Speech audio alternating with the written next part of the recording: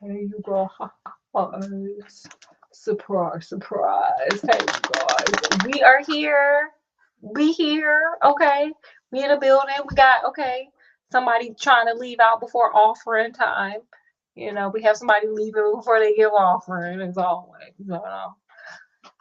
But we are here as usual for Sunday Funday School. I know you guys, like to get this thing going. I know Scott does. Scott came asking what time is Sunday Funday School, so it's time. As always, you guys are here. Oreo Junior's here. Scott's here. I'm here, and definitely the Lord is in the building. The reason for the season is in the building. The Lord is in the building. We're gonna send Oreo Junior over here to the church daycare. We're gonna keep them handy for when we need to pull them out, because we might skip offering too. Okay, well, as you guys know, we got to start this thing off with our infamous but yet famous AB selection from Scott. Scott has volunteered to do it. He loves doing it, don't you, Scott? I do love doing that. Okay, Scott. Well, let me throw Marine out here. All right, you all ready? I'm ready. All right. Ain't no mountain high enough. Ain't no valley low enough. Ain't no river wide enough. God, when you need him, call him. No matter where you are, no matter how far. Just call his name. He'll be there in a hurry. You don't have to worry. Because the people, there ain't no mountain high enough. Ain't no valley low enough. Ain't no river wide enough to keep me from getting to you, God. Period. Thank you. Oh my gosh. Oh my gosh. I'm touched. I am touched. You know who didn't get touched? The cat that left before we even got started, before he could give offering. He ain't touched, honey. He is not blessed, and he is not filled with the Holy Spirit. Okay, well, now that we had, that beautiful, wonderful song, we're going to get into some beautiful, wonderful words. Are you ready? I'm ready. I hope you guys are. Let's get it. Okay, so remember, Moses is down to Egypt, and he like, hold up. Don't make me pop my trunk, because you over here, Pharaoh, saying you're not going to let my people go. And God told me to tell you to let them go. And don't make God pop his trunk. He keeps something in there for people like you. Ain't that right, Scott? I guess he does. It could be a flood. You don't know what's going to come out of God's trunk if he popped it. It could be a tire, iron. It could be anything. Locust. You don't know.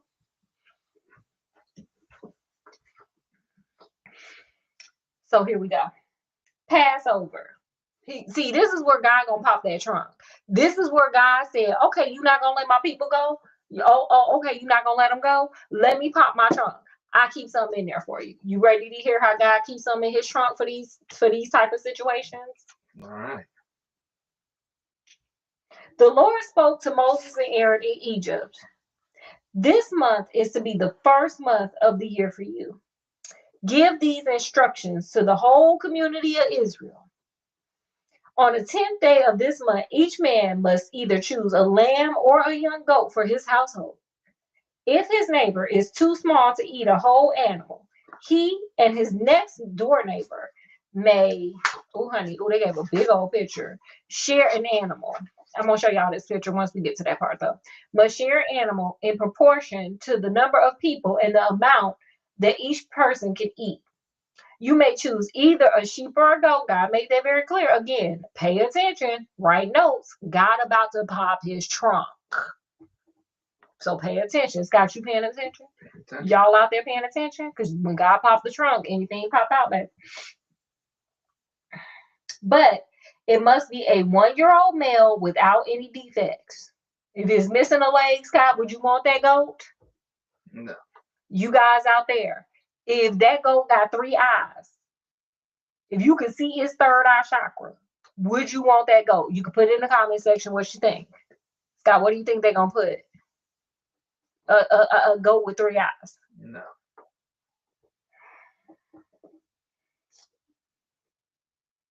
Then on the evening of the 14th day of the month, the whole community of Israel must unalive the animals.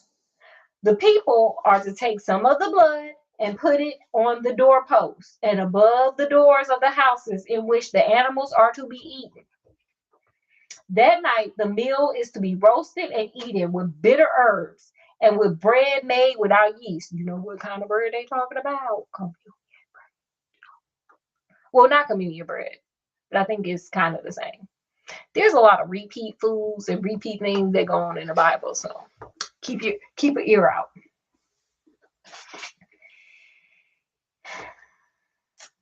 Do not eat any of the internal organs. Oh wait. Do not eat any of it raw or boiled. Why you gonna boil some goat? Why you gonna boil some lamb? I get why God's giving that commandment. Like you gotta tell people not to boil it. Oof. Yeah, let me tell y'all. I saw one time on YouTube. I don't know if you were there, Scott. Somebody boiled some hamburger meat, and it didn't look good. It didn't look okay. Talking about you can fry hamburgers in water. That's called boiling. And God said don't do it. He gonna pop his trunk on you, and you know what? I might pop my trunk too. Anyway, but eat it roasted whole, and including the head and the legs and the internal organs. You got some chitlins. Get your chitlins, y'all. Come eat your chitlins back. You must not leave any of it until morning. If any is left over, it must be burnt. You are to eat it quickly, for you are to be dressed for travel with your sandals on your feet and your walking sticks in your hand. I need a walking stick.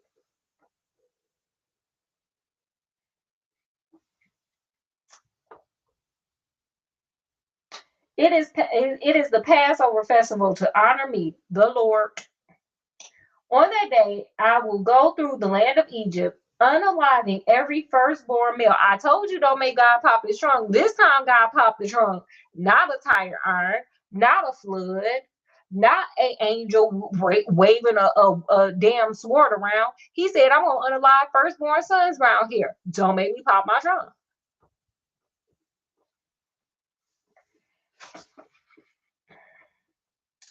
Both human and animal, and punishing all the gods of Egypt. I thought there was only one God. How you gonna punish the gods? I thought that was just you. You punishing yourself? Awkward. I am the Lord. The blood on the doorpost will be a sign to mark the houses in which you live. When I see the blood, I will pass over you, and I will not harm you when I punish the Egyptians. You must celebrate this day as a religious festival to remind you of what I, the Lord, have done. Celebrate it for all time to come. Scott, we got to start celebrating Passover. Okay. It said in the Bible, so we gonna do it. And then let me roll back. We ain't got to the part yet, but boom, look at this picture. Bam. What, girl? What's that? Well, could it be the part of the sea? We don't know.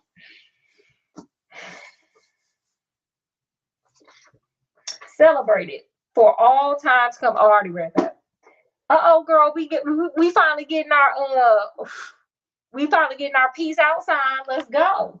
The Israelites set out on foot from Ramses to Sokoth. I don't know if I said it right or not, so I apologize if I mess it up. There were 600,000 men, not counting women and children. Because back then, women and children didn't mean nothing, honey. They ain't mean not a damn thing. A large number of people and many sheep, goat, and cattle also went with them. They baked unleavened bread from the dough that they had brought out of Egypt, for they had been driven out of Egypt so suddenly that they did not have time to get their food ready or to prepare leavened dough. God told them, I'm about to pop my trunk, baby. The Israelites had lived in Egypt for 430 years. On the day the 430 years ended, all the tribes of the Lord's people left Egypt. It was a night when the Lord kept watch to bring them out of Egypt. This same night is dedicated to the Lord for all time to come as the night when the Egyptians must keep watch. Ain't that when they like the whatchamacallits?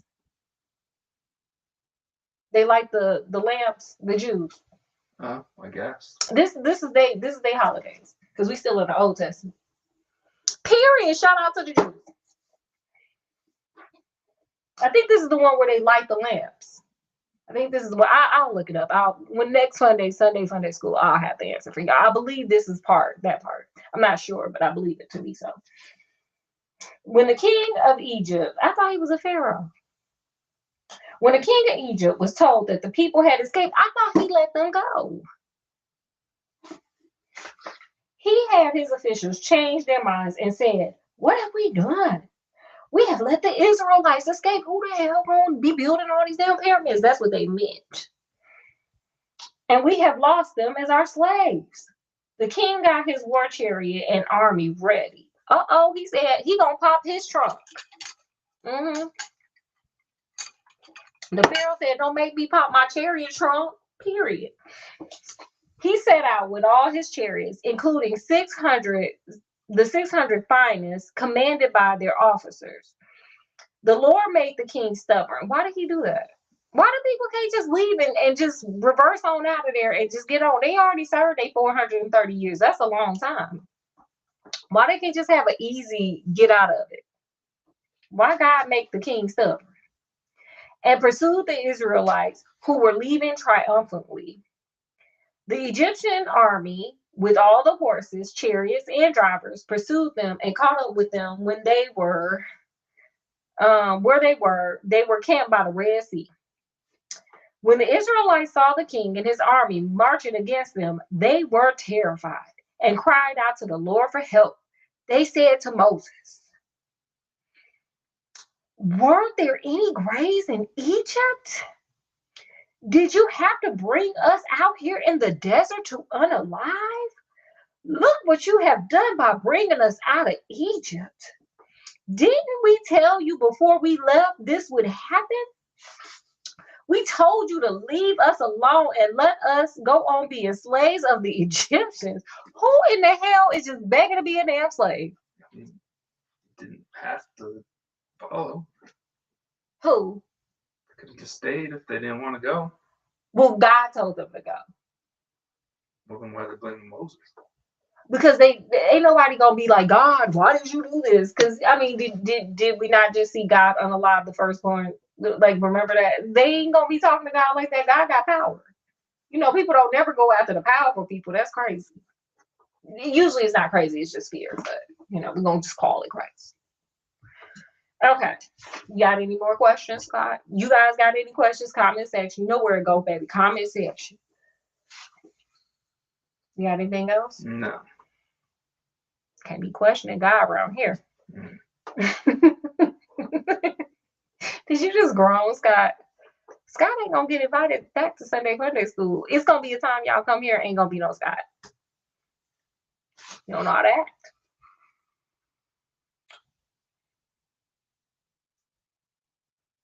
It would be better to be slaves there than to unalive here in the desert. I don't know, but who am I?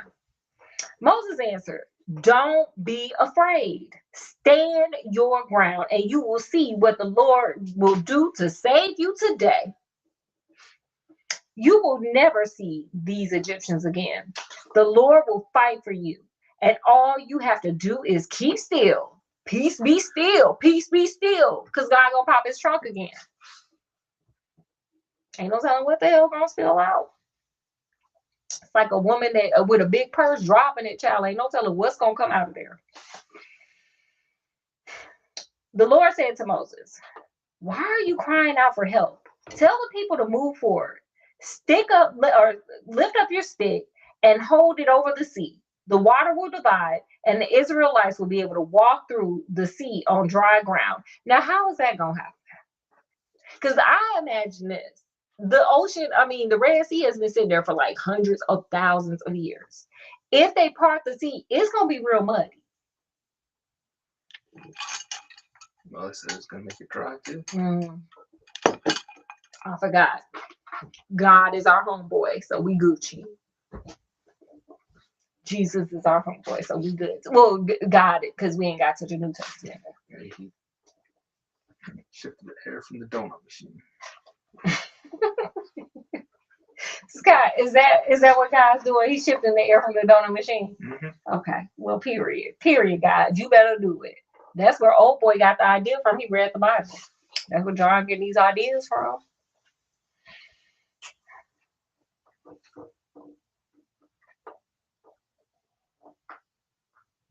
I will make the Egyptians so stubborn that they will go in after them, and I will gain honor by my victory over the king, his army, his chariots, and his drivers. When I defeat them, the Egyptians will know I am the Lord. Huh. The angel of God, who had been in front of the army of Israel, moved and went to the rear. The pillar of clouds also moved until it was between the Egyptians and the Israelites. I guess that's the smoke screen, probably. The clouds made it dark for the Egyptians. Yep, that's the smoke screen, baby. Uh-oh, God got some strategy. Uh-oh, God got the strategy. The cloud made it dark for the Egyptians, but gave light to the people of Israel, and so the armies could not come near each other all night. Moses held out his hand over the sea. He said, He held his hand out over the sea, and the Lord above the sea, or the Lord drove the sea back with strong east winds. It blew all night and turned the sea into dry land. Oh, God got it. Okay, you was right. It's the donut air moving thing. Check out Road to Nowhere. That's what we're talking about. The last one. The one I did today. The water was divided, and the Israelites went through the sea on dry ground with the walls of water on both sides. That would scare the shit out of me. If I had to walk through that, I would be panicked. Like, oh my God, what if these walls close in? Oh my God. Is that a shark? Because it's probably like floating up in there. Yeah. Like Jello, like suspended up in there. Is that a seahorse?